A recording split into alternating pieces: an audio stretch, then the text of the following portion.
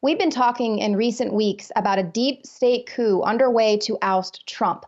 But what does that look like? We've seen it happening in other countries, but what does that look like here in the United States? How would the people accept the overthrow of our democratically elected government here in the United States? Well, obviously, first, you've got to make sure the media and the people are in line with that plan, and then you need to shut down any dissenting voices. And that great purge has already begun, and it's affected my guest today, investigative reporter Lee Stranahan.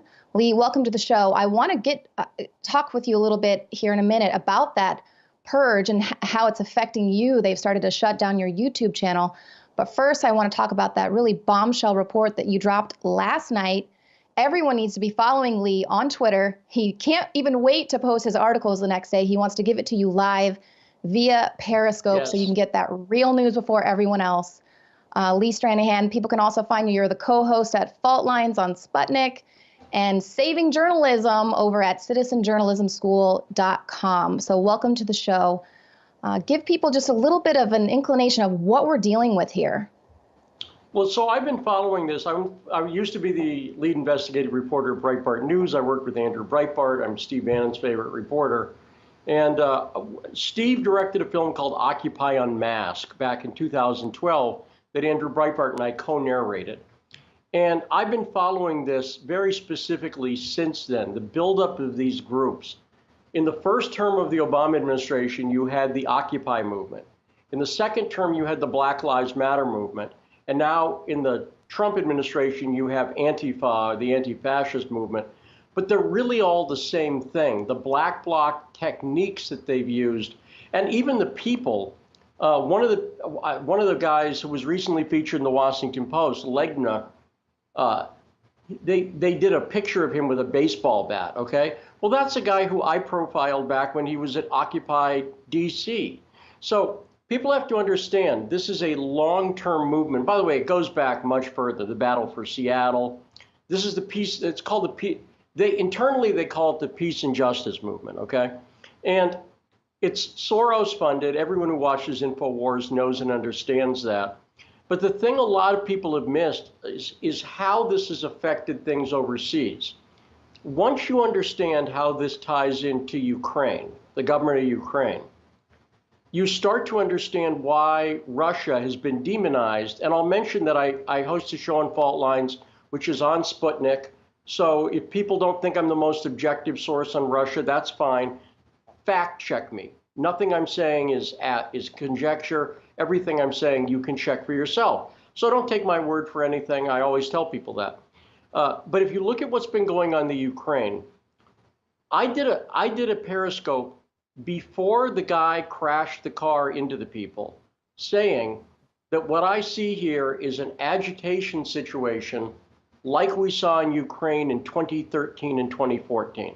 So real briefly, let's look at who the players were, okay? Hillary Clinton's State Department put a lot of resources into the Ukraine. George Soros spent $100 million. The Obama administration and Victoria Nuland were part of it. John McCain went to Ukraine. Does that make sense?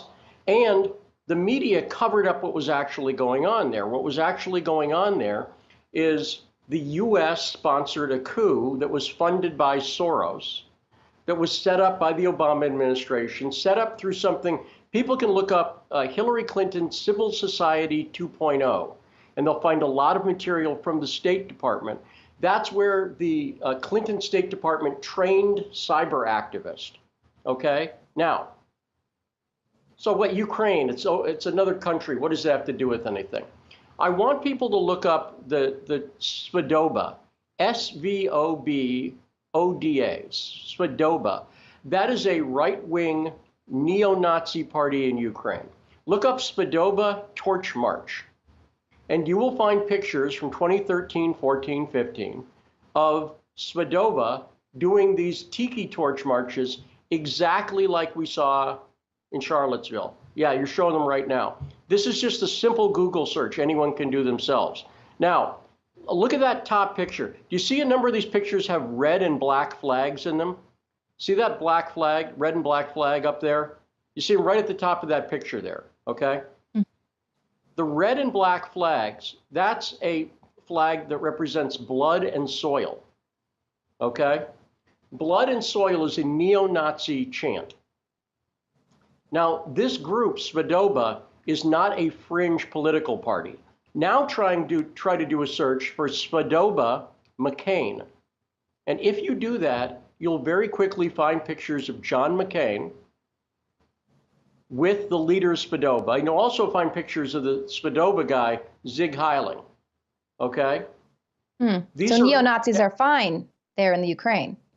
No, exactly right. So neo-Nazis are totally fine. Not just that. This is the guy. Now, McCain came out with a statement condemning what happened in Charlottesville. I'm going to condemn both of them.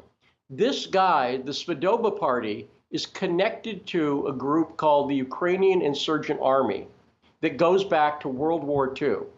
Now, when we talk about Nazis, these are actual Nazi collaborators who killed about 60,000 Polish people and Jews, by the way. The guy you see there, Zig Heiling, hates Jews. He talks openly about Jews. And I'm going to point out one thing about these white supremacists who were doing something yesterday. Here's my view on Israel. I am broadly pro-Israel, but they're not us. But they're the best country in that region. They're the most Western country. So I'm pro-Israel broadly, but I don't just go along blindly with anybody. These white supremacist groups are actually pro-Palestinian. These groups are explicitly pro-Palestinian. David Duke is pro-Palestinian. I'm definitely not pro-Palestinian. Those are the Islamists, okay? That's who they are. So I want to point out what's going on here is, first off, the people behind this, McCain, Clinton, Obama, Soros, and the media, all have a very different tune on Charlottesville. Very different tune. Now, here's what I think is happening. If you look at what happened in Ukraine in 2013 and 2014, Oliver Stone, who I don't agree with on a lot of stuff, but he produced a film called Ukraine on Fire. Anybody can seek it out. It's on Amazon Prime. Watch the film. He shows that what happened in Ukraine was a giant protest in Maidan Square, suddenly started to get violent. Now, what happens when things start to get violent is there's a police crackdown, right? Now, the police crackdown creates more violence. And by the way, a group called Right Sector were the people behind that in the Ukraine. The media here didn't report on this. So here's what I see happening. Remember the Women's March right after Trump was inaugurated? 1 million people in the streets, right? That was a peaceful protest. But imagine if there started to be violence. See, because I've been to so many protests, I can see what's happening. They want the violence, and they want to be able to blame the violence on the right. The right.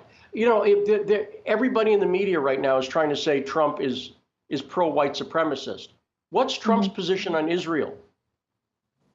Just ask yourself, what's Trump? Forget my opinion or your opinion. He's pro-Israel, right?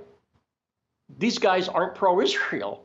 So you could go over position. These guys are openly socialist. Matthew Heimbach, he was one of the speakers at Unite the Right. I've interviewed Matthew. He's with the Traditional Workers Party. They're socialist. If you ask them, they're socialist. That's who they are. They're against capitalism.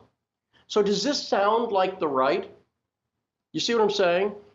Right. What they do is they cherry pick certain positions. So a lot of people are worried about immigration. So they cherry pick that position and they go, oh, well, see, these guys are opposed to immigrants and so are these guys. I'm not even opposed to immigrants. I just want sanity. I'm opposed to illegal immigrants and I'd like a sane immigration system. But I'm fine with a certain number of immigrants, and I think most people are. But that's what they do. They cherry pick. So what they're trying to do is they're trying to set up a situation where they can blame the right for this. Right. Now, right. Where this a lot of people are talking a lot about this stand down there, and I know we can kind of get into that in a minute, because of course that allows them to use that optic of, hey, Trump, these are your people. You see all these racist white nationalists. but there was a stand down there. And of course, who's the governor there? Who benefits from that stand down? But I want to get back to, you were talking about these tiki torch marchers and this slogan that they were chanting in the Ukraine. You point out last night, so that, this is kind of that Soros handiwork happening in the Ukraine, but now we're also seeing those same paid protesters here in the United States. But then it also, these white nationalists in Charlottesville were chanting this exact same slogan, the blood and soil. And then they had those same tiki torches. You pointed this out. Julian Assange noticed it as well. Yep. So is that just a coincidence, or what do you think about that?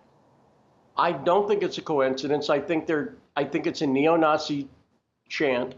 I think that John McCain has no problem with it when he's standing on stage, and the U.S. government literally supported. Anybody can look up that Victoria Nuland, Nuland, phone call, where she said, I don't want the head of the neo-Nazis in the government, but I want him consulted 4 times a week.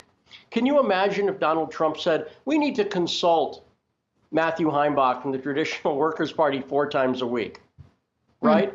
That would be, the press would go insane. And by the way, the Trump supporters would go insane, right?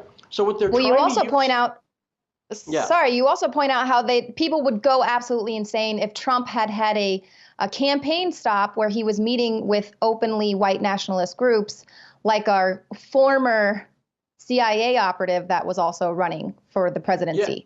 So this is an important thing that I found in my research last night, and it's significant. So let's tie all this into another story I've been reporting on for months, which is the Ukraine DNC interference in the election. I've talked with David Knight about this a number of times.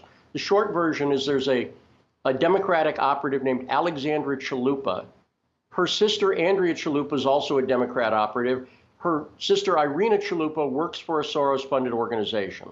Alexandra is an American. She worked in the Clinton White House. She's a DNC operative for years. She met with the Ukrainian government. The Ukrainian government then dropped a bombshell in August. Paul Manafort, who was then the campaign manager for Trump, his name was found in a secret ledger, right? Shocking. What they don't tell you is that on June 27th of this year, the same prosecutor who said Manafort was getting secret cash payments came out after the election, said, no, he wasn't getting cash payments. He's not mentioned at all. Oops. Now, the New York Times and the Washington Post is not reporting it, but anybody can see. Bloomberg did a story, June 27th, Manafort's name was not in the ledger. Okay. So who cares, right? I mean, this is important, but how does it tie into what we're talking about? Andrea Chalupa and Alex Chalupa aren't just Ukrainians. They're associated with a group of American Ukrainians. Yeah, that's it, right? This is the only major story about this. It's a big deal. You can see the headline. That's pretty clear, right? Mm-hmm. No evidence. That's the same prosecutor. Why doesn't the Washington Post and New York Times say, well, InfoWars knows why. We know why. So they're hiding information. Okay. September of last year in Hartford, Connecticut, there was a meeting of the American-Ukrainian Congress.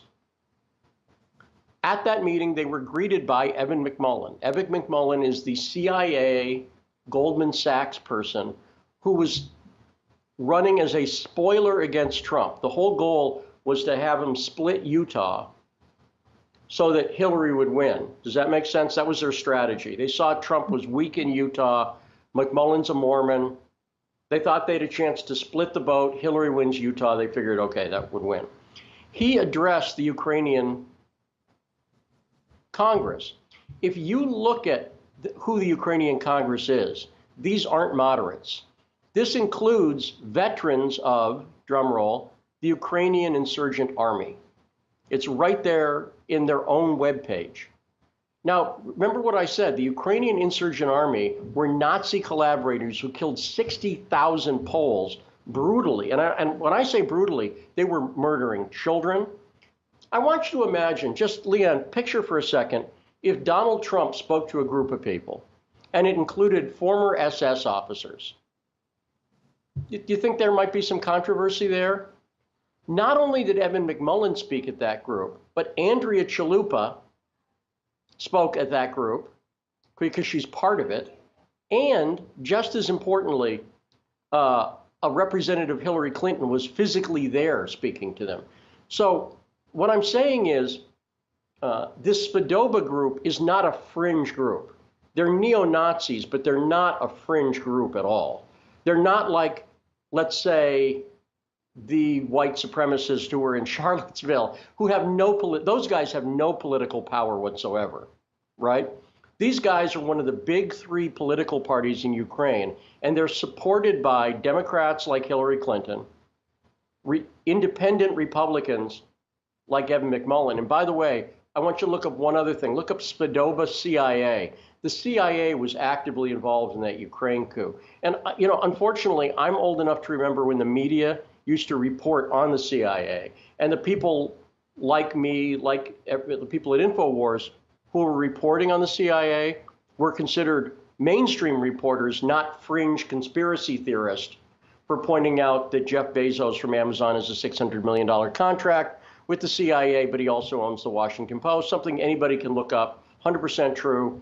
You don't need InfoWars or me to tell you that. It's out there in Reuters and the mainstream media. This is really frightening what's going on because we see the same players. It's Hillary Clinton, it's Barack Obama, it's John McCain, it's the CIA, it's the media, it's George Soros, all on one team, and unfortunately, it's patriotic Americans on the other team. Right. And I know that you don't typically like to talk about false flags or anything like that because they're very generalized and you can make a lot of inferences. But here, this is something that's just very interesting. And we've seen on the one hand, these sort of agent provocateurs on the left who will dress up as Nazis and go to these Trump rallies and do the Nazi salute on camera so that CNN can kind of profile them or show them in the background, things like that.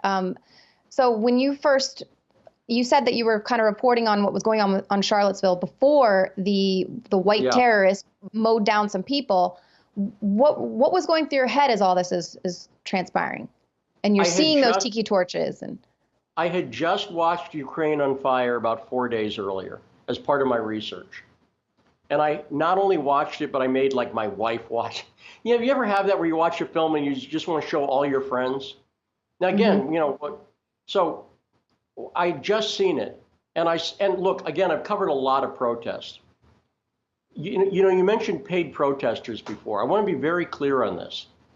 Most protesters are not paid. Most protesters are dupes. They have no idea that they're part of a scene. Let me tell you something else about Ukraine on Fire. People can watch this. In that film, they talk very specifically about how in the Maidan, they needed martyrs. See, they need someone dead. Does that make sense? Because then they have a martyr. So you remember the footage of it's kind of an amazing shot of the car speeding down the road. You know that shot? It's by a guy named Brennan Calhoun. I'm forgetting his last name. Gilmore? I think that's his last name. Brennan Gilmore. So it's come out that Brennan Gilmore was with the U.S. The guy who happened to catch that shot was with the U.S. State Department. He also worked for a Democratic representative. But let me point out something else. If you go to Brennan Gilmore's page, his Twitter page, you'll see he's got a picture of the young woman who was murdered. And do you know what it says? Martyr. Wow. Literally, it says martyr. You can't be more explicit than this. So here's what I'm saying. I'm not a conspiracy theorist. I'm a fact-based journalist. The facts are enough. However, the Democrats have investigated Trump for a lot less. A lot less. They've called for investigations and secret meetings. They've convened the FBI. When you have this many things going on, I think someone really needs to investigate. Now, again, I don't like to jump to conclusions. I like to say, I'd like to ask some questions about who this kid was, where he came from, what do we know, get it all out in the open. But I'll also point out that we can't count on the media to do this. Yeah, if you scroll, keep scrolling. This is the guy, Brennan Gilmore. And if you scroll down, keep going a little, it's not too far. You'll see the photo of the young woman. This is when I saw this, I was shocked. But it's a little below. You'll see it. See. Keep going. Keep going. Keep going. You might even be able to click on his pictures too. Yeah, yeah. If you click, that's probably a good way to do it. No, it's yeah, it's. Yeah. If you go up to the top there where it says media, I think. Yeah, keep going. I did a screen cap of it because I was so. I think you maybe yeah. We'll come back to it. It's in there somewhere. If you go through there, it's it. Yeah, and by the way, his bio, if you look at this guy's bio, it says he was with the State Department. And the fact that he called her a martyr, and again, I don't know. But this is clearly the way she's being used is she's a martyr to the cause. And again, I'll tell people, watch this. I don't agree with everything in Ukraine on fire. And Oliver Stone, because he's a leftist, does not tie in how this is the same as Occupy Wall Street and Black Lives Matter. He mentioned Soros for about 30 seconds. I would have spent 5-10 minutes on Soros. Mm-hmm. But you'll be frightened. And let me point out what's happening. They win no matter what they do. Are they trying to get a coup? I think clearly they are. But if they can't get a coup, they'll settle for impeachment. And if they can't get impeachment, they'll settle for smearing Trump and his supporters so much that they're able to elect another elitist. Does that make sense? So in other words, the consolation prize is that they win. See, because predicting something like a coup is very difficult, right? There's a lot of factors that can go in there, but it doesn't make any difference. If they can get the coup, they get the coup. The best thing for them actually would be a straight electoral victory, because then that's a clean win. Actually, the best thing for them would be impeachment. If they can impeach Trump, which is what they're clearly trying to do. And the media is clearly part of it. This is why it's so important that sites like InfoWars and audiences like InfoWars report factual stuff and tell their friends and neighbors about it, because the media is never going to tell them about this stuff. And that's why I really appreciate you guys having me on. And I really appreciate you guys staying strong through all this, because as everybody knows, there's a lot of pressure on people. Jake Tapper called for me to be investigated by the FBI on Friday, and my entire YouTube account was terminated this weekend. But I've been doing this 10 years, and if I learned one thing from Andrew Breitbart, it's never back down. So. Right. Well, that's when you know you really are over the target, when you have people.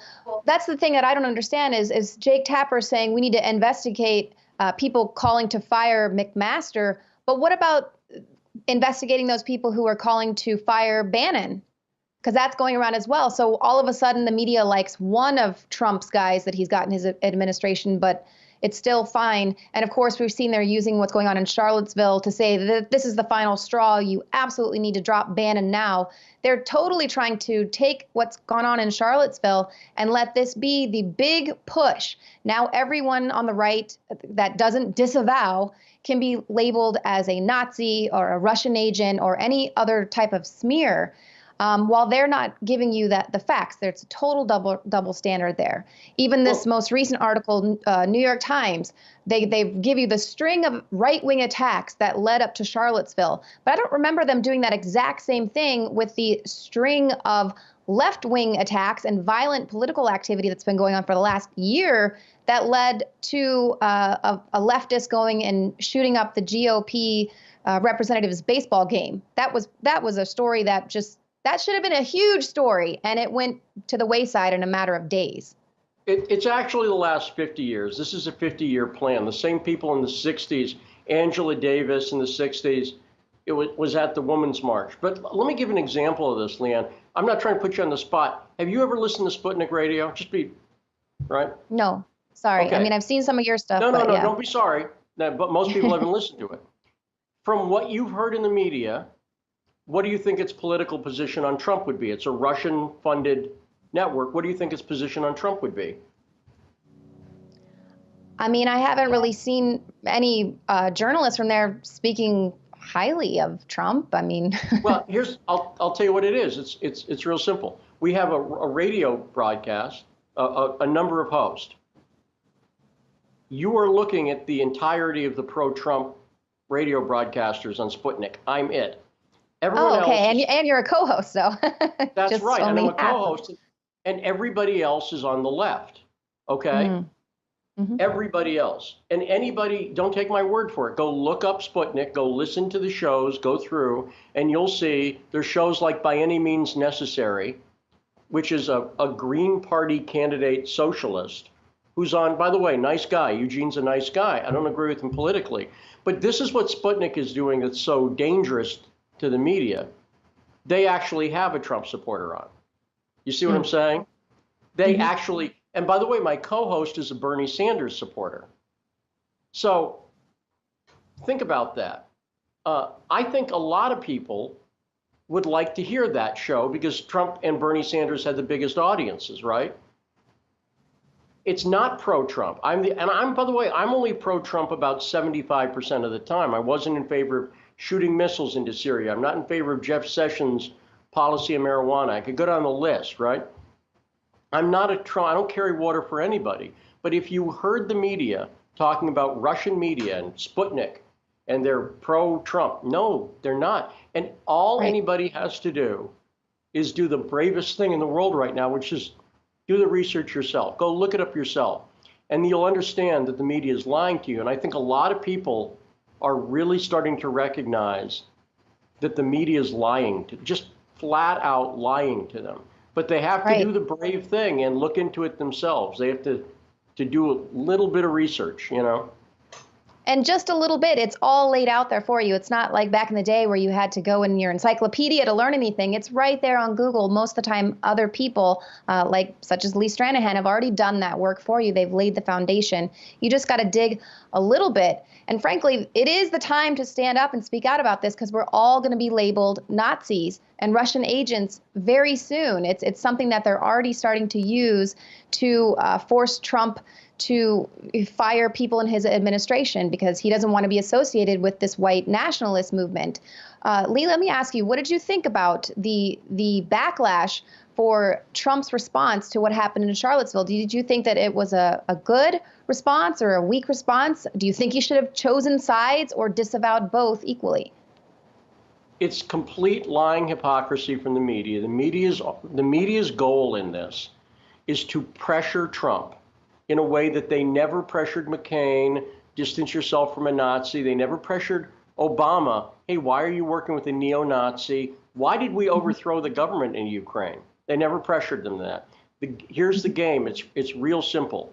I played it when I was in college about 1 million years ago, where I was a libertarian in college, okay?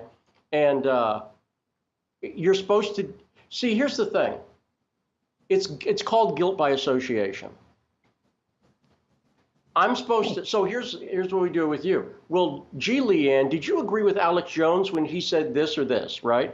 Now, then what I do is I pressure you and I get you into a corner, right? And then once you admit, right, something, then I don't go, okay, well, thanks for admitting that. That was honest with you. I keep going. Then I say, well, gee, it took you 15 hours to admit. That's what they did with Trump. Trump clearly, how many times does he have to say he's not anti-Semitic? How many times does he say he's not associated with these groups? The left is never held to this standard. Never, ever. And Barack Obama, who's, simple example. Remember when Baltimore burned? Right? If you read Barack Obama's biography, if you read his own book, he talks about reading an author named Frantz Fanon, F-A-N-O-N. Frantz Fanon is, he wrote a book called Wretched of the Earth. He's one of the most important writers of the Black liberation movement. Obama talks about reading him. Fanon said, we have to allow, he said, violence is a cleansing force for oppressed people. I'm going to say that again. Fanon said, violence is a cleansing force. So in Baltimore, when they said we need people to have space to destroy, does that make sense? Remember that? Right. That's straight yeah, it was out therapeutic for them. That's straight out of Fanon, okay? Straight out of Fanon. if Donald Trump in Art of the Deal said, you know, I was reading the works of Adolf Hitler, and as he said in Mein Kampf, right? that would be all they'd talk about. But Fanon was literally in favor of violence. Again, cleansing. Go look it up. Go listen to Obama talk about that. This is his background. He's never ever called to account on that. The thing that I've done, one of the reasons I'm a good researcher, is because I read Herbert Marcuse and the Frankfurt School and Fanon, right? I can quote it as well as they do. So when these leftists, and by the way, it ain't fun. It's not fun. Right. It's not fun reading. These are awful people who've been responsible for the death of hundreds of millions of people. These, you know, communists, they're horrible. They're awful people. But I study them because I want to know what they're talking about. I want to decode what they're saying. So when they talk about the abolitionist movement, I know what they're talking about is literally getting rid of prisons. They want to make no prisons. And this goes back to the 60s Black Panther 10-point platform and Angela Davis and George Jackson. And this connects to the Black Lives Matter movement because Eric Mann was the mentor of Patrisse Cullors, who started the Black Lives Matter movement and blah, blah. And I went through that stuff real quickly just to drop some names. But anybody can look up what I said. Patrisse Cullors, one of the founders of Black Lives Matter. Her mentor is Eric Mann. Eric Mann was part of the Weather Underground. He wrote a book on George Jackson. George Jackson was a thug who's the hero of the Black Liberation Movement. So I can talk this language with leftists. Most conservatives don't know who George, I mean, again, you're a smart, do you know who George Jackson is? No, not off the top of my head. And you're a smart person who does this for a living. And so I'm not saying that to make you feel badly. I'm saying that so nobody feels badly. Because I didn't know who George Jackson was until a year ago when I dove heavily into this stuff, spent 5 weeks in Oakland, interviewed people who knew the Black Panthers. And, you know, I live and breathe this stuff, and it's not fun. But the reason I do it is so I can kind of concisely explain it to other people. So I'm not right. saying Well, there's so much doublespeak lately and just a rearranging of meanings. It is important to know what we're dealing with and the foundations that they've been building up for decades and training their people. And we see it's still happening. They're well-paying jobs to be professional protesters here. Now, the professional organizers. Let's be clear. The organizers. And then there's thousands of people below them who aren't paid. Does that make sense? Right, exactly. It's really important. And also the useful idiots as well, who are so trapped in their identity politics, they've got nothing else going for them. They don't realize that they're also useful idiots as well, a part of this overthrow of this country that they, as far as the white nationalist groups out there, they're being useful idiots and helping to overthrow this country they think is so great and worth saving. You're actually helping to destroy it. Because it's so infuriating. Politics. All they've done is substitute black for white. They believe in identity politics. They're socialist, like Angela Davis. They're pro-Palestinian, right? They share a lot in common with these groups, but they never talk about that. And see, again, this is where the hypocrisy of the left comes in. They're white identity, and this is where, frankly, this is where a lot of regular people get very frustrated because they go, like I don't have a problem with someone saying I'm proud of being black in the way they shouldn't be ashamed. No one should be ashamed of their race. Does that make sense? Nobody. We have no control over it. You have no control over it. You shouldn't be ashamed of your gender. It's not an accomplishment. Yeah, that's right. And so I'm a dude, right? I'm just a dude. I'm proud. Have men done bad things? Absolutely. Does that have anything to do with me? No, not. You see what I'm saying? I'm responsible for me. And so I have no problem with someone being proud of being black in the sense that I'm not going to be ashamed of being black. And let's face it, for a long time, some black people were ashamed of being black. In the same way some white people in pink hats are ashamed of being white right now. Right. But I'm not ashamed of being, I just don't think about it. I'm Irish, I guess. but I didn't grow up in a house where we cared. And I think a lot of people don't. I think a lot of people just grew up in a house where they're mutts, right? Right. Like, I guess I'm Irish. I think there's some Swedish, but I don't think about it. But I'm not ashamed of being white, but I don't make it my whole identity. And Right. and the other area where these white nationalists share something is they're victims. They want to talk about how victimized they are. You know what? This is America. Yes, affirmative action is unfair. And yes, there is such a thing as racism. Yes, that's all true. But you know what? Suck it up. Go out and work hard. Because clearly in this country, you can succeed if you're black, white, Hispanic, Asian, doesn't make a Muslim, Christian, atheist. You can succeed if you work hard, if you act smart. Anybody. There's countless examples of people who succeeded in this country of every color of the rainbow, every sexual orientation, everything you can imagine. Stop depending on your identity and start taking some responsibility for yourself.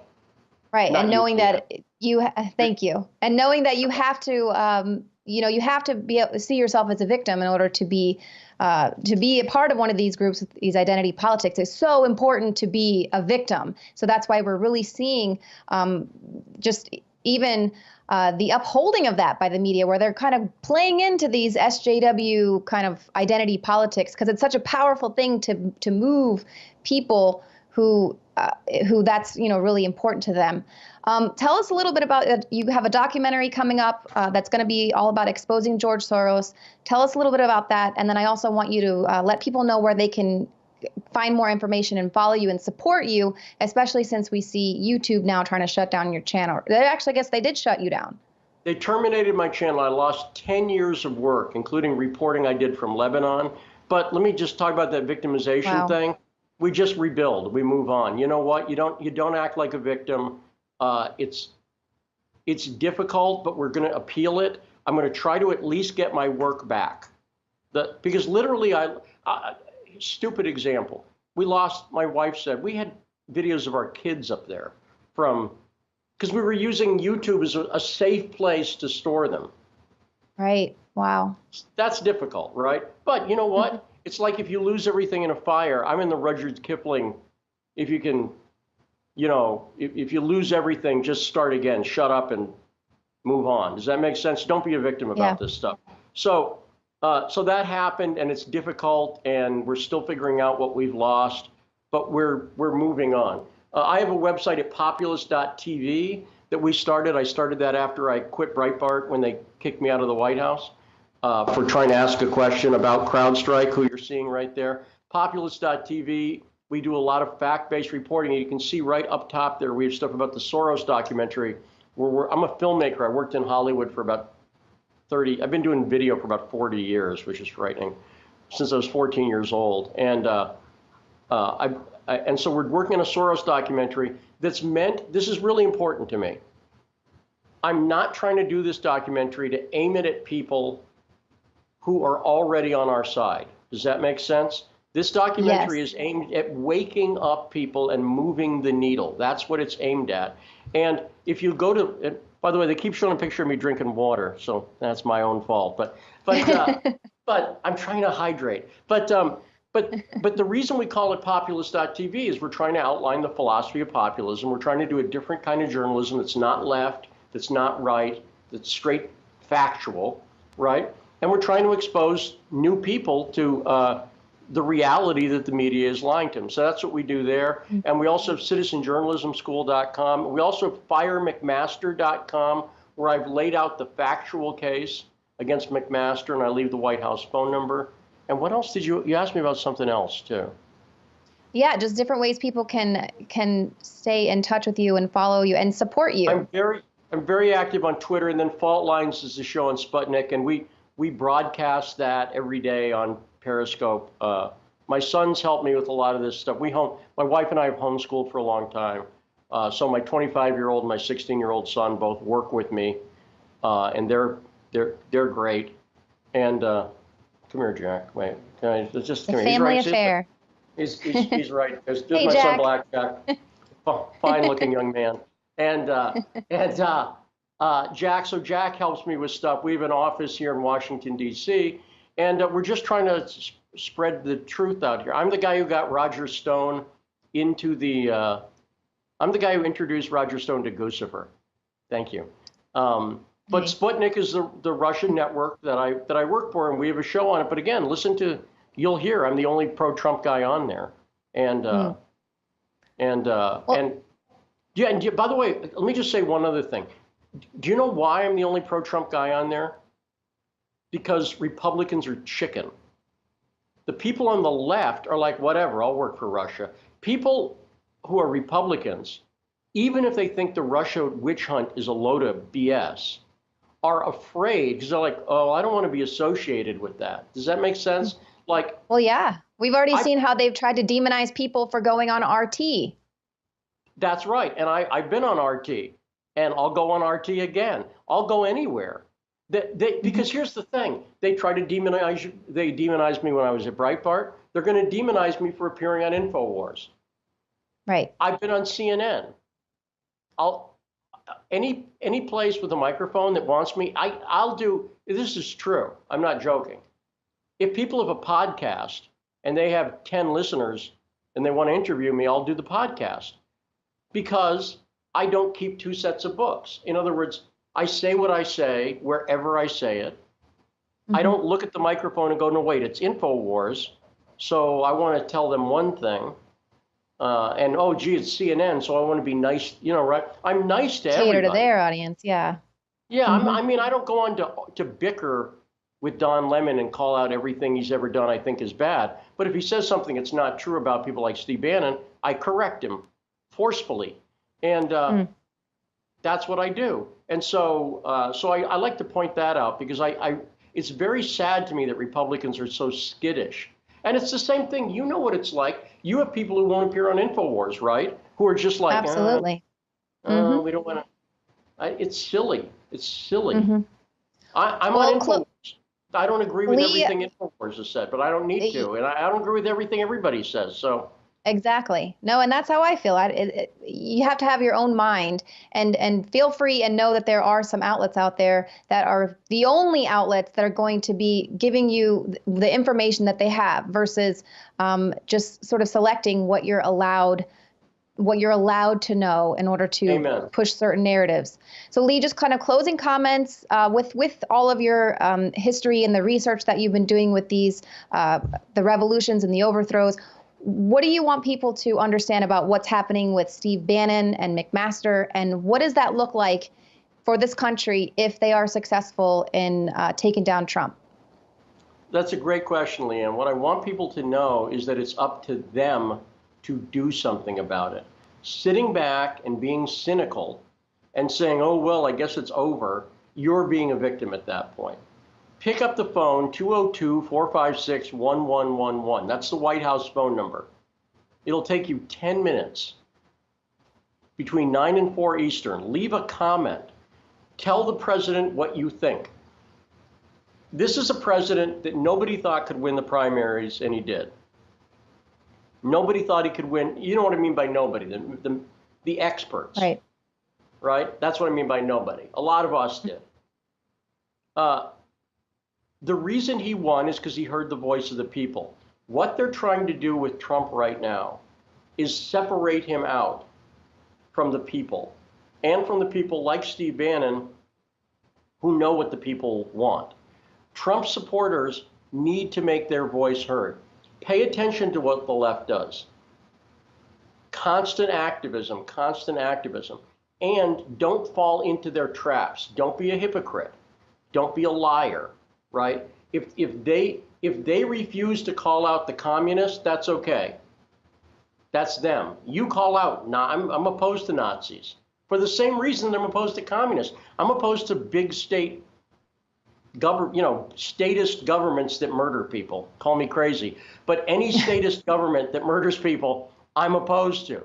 Right? I'm opposed to the deep state. I'm opposed to an overreach, but I'm not opposed to law enforcement. I like. Police officers, it's not their fault if the politicians tell them to stand down.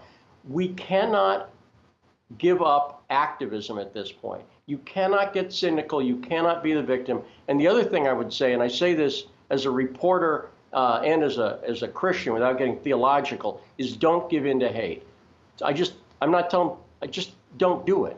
There's a zillion reasons. You don't need to be a Christian to say that, but it helps. But don't give in to hate. Don't give in to hate. You know, what you're seeing in some cases, people are really giving into hatred. And they're going, oh, well, this, and by the way, that's exactly what they want. You have to understand, who do you think Barack Obama was trying to agitate? The left or the left and the right? Do you think he was trying to make you mad too? Because he was. He wasn't just trying to make the people in Baltimore mad or the people in Ferguson mad. He was trying to make the Republicans mad. There's a reason he didn't call them out. There's a reason he never did that. It's because if they get people so frustrated that they lose it and kill people, oh, the left loves that so much. They love it when you kill people. They love it. They love it when you say racist stuff. You see what I'm saying? That's what they're waiting for.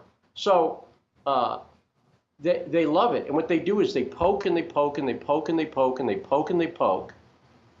And then if they get somebody like this guy in Charlottesville, apparently, we don't know. Again, he's not convicted yet, but he sure seems guilty to me. But it's still alleged, right? But okay, don't give in to hate on that. Don't give in to hate and just go, okay, yeah, that guy was wrong. He's wrong because he's a collectivist. His ideology was wrong. He's very similar to the Antifa people who are fighting him, really. And let's then move on and answer this stuff with love and reason, because that's the way to win. I really believe that. I think so too. I just, myself, I know so many people, we get so frustrated yelling at a wall or yelling at people who are so attached dogmatically to their ideology. I just kind of want to tap out most of the time. But that's part of the plan as well. Just exhaust people so much so that they just check out and say, you know what, fine. If you want this country, you can take it. I don't even care. I'm just so tired. So, people that's the other thing too. Alex's advice and get a fidget spinner. That's the thing they should clearly, if people get frustrated, just get a fidget spinner and dance around like Alex was. That was the best. That video was awesome. Yeah, stay sane. Well, Lee, thank you so much for giving us your time today, and we'll definitely stay tuned. If you got any more bombshells, we'll be glad to have you back on. We have more coming, actually. I have more stuff in Ukraine DNC I can't talk about right now because I have a source who's afraid, quite frankly. And we'll have that coming very soon, Leanne. Thanks so much for the time. God bless. Thank you.